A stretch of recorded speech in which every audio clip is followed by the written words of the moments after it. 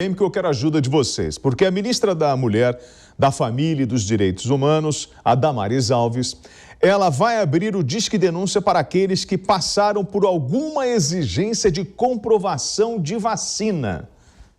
Antes de passar a palavra para os senhores, Paula Cuenca está posicionada? Paula, explica para a gente como é que vai funcionar esse Disque Denúncia.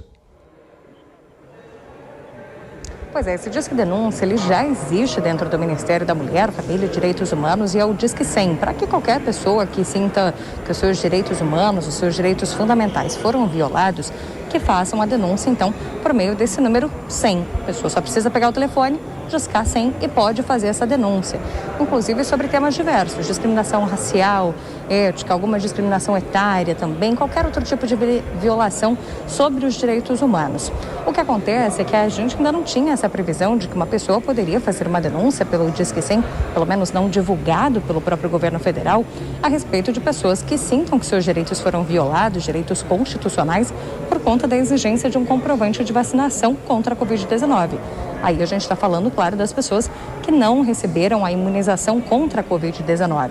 Mas uma nota técnica que foi assinada por 3 secretários do Ministério chefiado por Damares Alves, uma nota que foi assinada no dia 18 de janeiro, ou seja, nesta terça-feira, trata a respeito de todo esse processo, a respeito de como deve ser feita a proteção dessas pessoas que sintam que seus direitos foram violados. A nota diz que o Ministério não é contra a vacinação das pessoas contra a Covid-19, mas, na verdade, eles são a favor de que as pessoas se vacinem caso seja um ato voluntário, que elas não sejam obrigadas a se vacinar.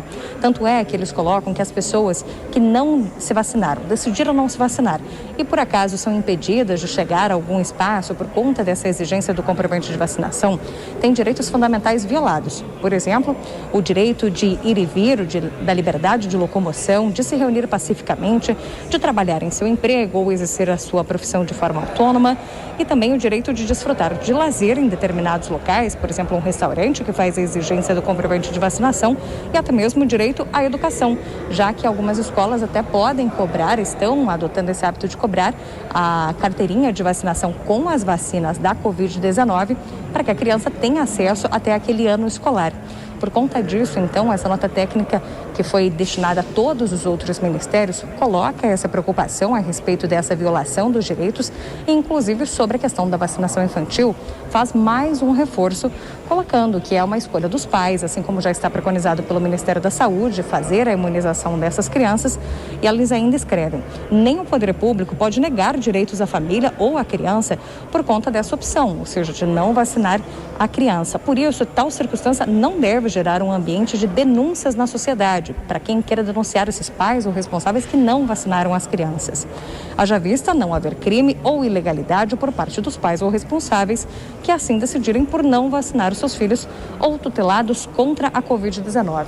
Uma nota da assessoria de imprensa do Ministério da Mulher, Família e dos Direitos Humanos ainda faz um reforço, dizendo que o Disque 100, que é também conhecido como Disque Direitos Humanos, é aberto a todos os cidadãos, ele já existia e o serviço não faz juízo de valor sobre as denúncias. Apenas recebe, faz a triagem e encaminha os relatos de insatisfação aos órgãos competentes e faz a lembrança de que o Ministério chefiado por Damares Alves não é contra a vacinação, mas se coloca em uma posição de defender as pessoas que teriam seus direitos violados por conta da exigência do comprovante de vacinação. Diogo Schelp, mais uma medida política? Vamos lá, é uma pressão do governo em cima disso?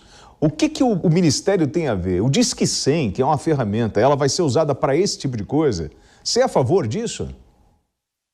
Não, isso é absolutamente absurdo. Eu resumiria esse ato em uma palavra: demagogia, William.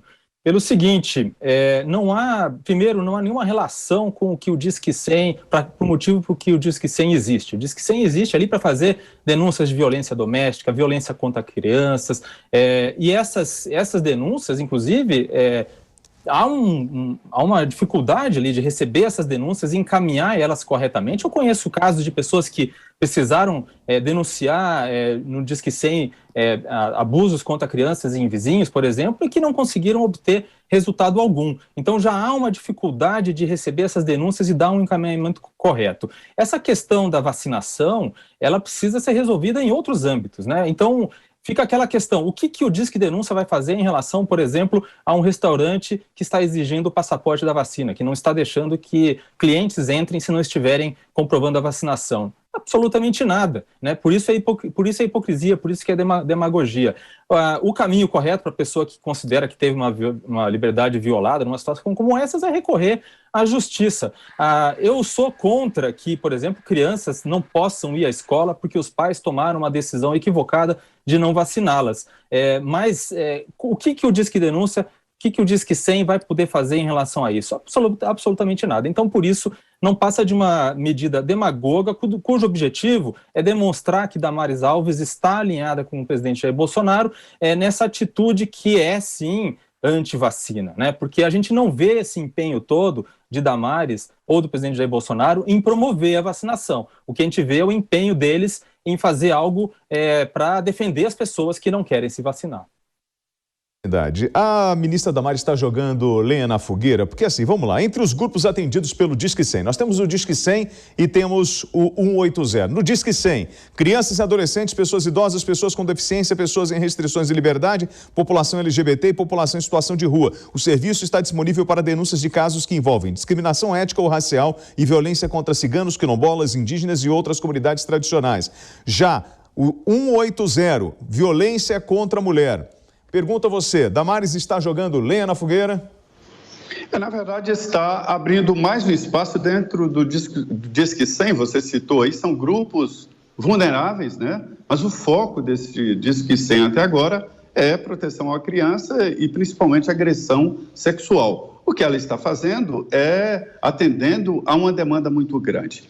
Há uma cobrança, William, desde o início da pandemia sobre algemar mulheres andando na praia, prisões arbitrárias porque a pessoa não está usando máscara, né? E ela está atendendo. Agora, a situação ficou muito mais complexa pelo seguinte: há juristas dizendo que não é obrigatória a vacina e não é obrigatória a vacina para a criança. A Constituição garante o poder familiar. Dizem alguns, argumentam lá no artigo 14 do ECA, do Estatuto da Criança e do Adolescente, né?